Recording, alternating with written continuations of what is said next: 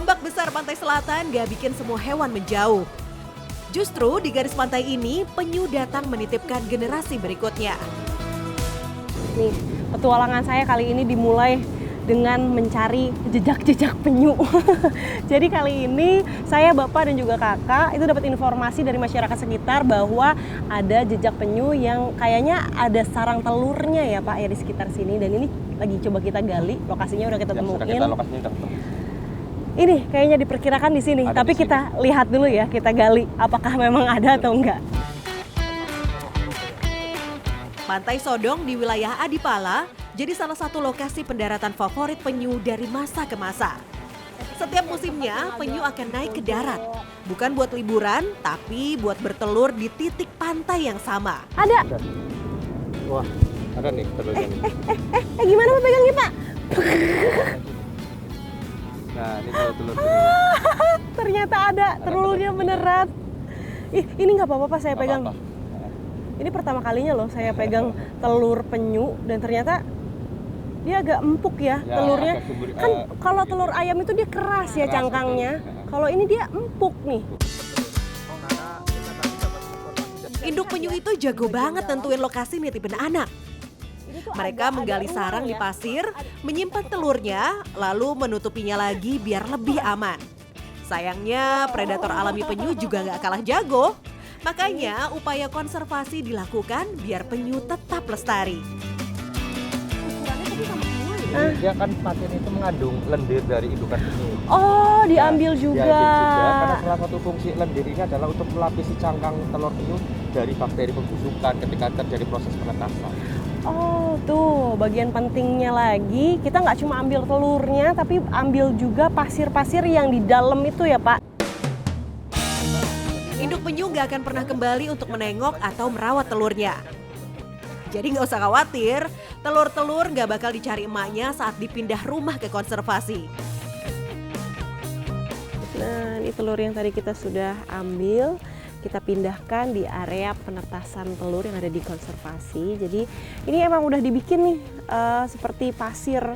Emang dibikinnya sengaja pasir pantai seperti ini ya? Pantai seperti ini, anak ini media untuk penetasan telur penyu. Oh, memang harus pasir pantai dan juga kita gali tuh sekitar 30 cm ya Pak? 30 cm. Jadi ini telurnya kita taruh di dalam. Ya kayak telur ayam. Telur penyu dipindahkan satu persatu ke penangkaran semi alami agar lebih aman dari predator dan gangguan lain selama masa penetasan. Area penetasan juga dibuat semirip mungkin dengan lubang asli biar telur yang berhasil menetas semakin banyak. Harus ada di dalam sini sudah kita kubur dan juga caranya dikuburinnya itu dia tidak boleh terlalu padat.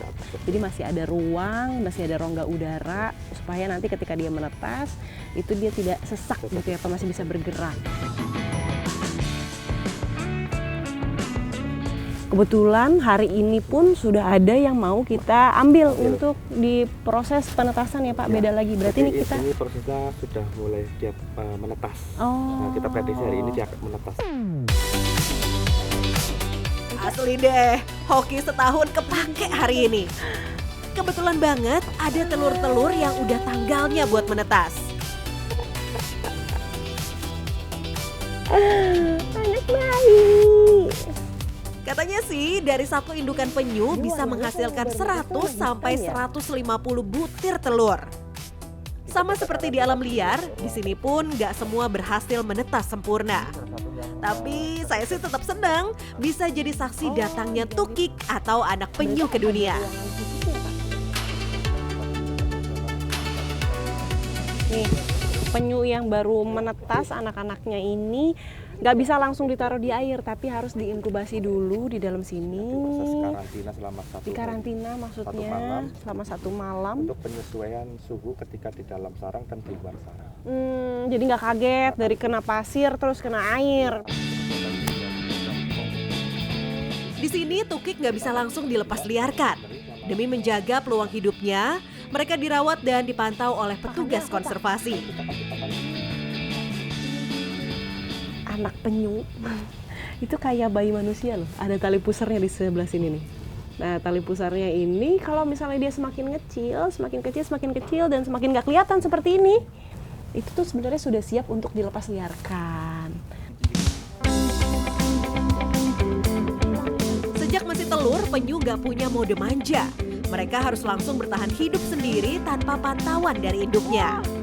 Di konservasi, setiap tukik atau penyu diupayakan tumbuh sehat sebelum dikembalikan ke laut. Tiba waktunya untuk perilisan beberapa penyu, ada yang kecil, ada juga yang besar. Dan sebenarnya rasanya gimana ya? Saya tuh pertama agak sedih tapi dan senang juga karena mereka ini akan hidup lagi di alam bebas yang harapannya kemudian dia bakal berkembang biak lagi dengan lebih baik dan juga populasinya semakin banyak.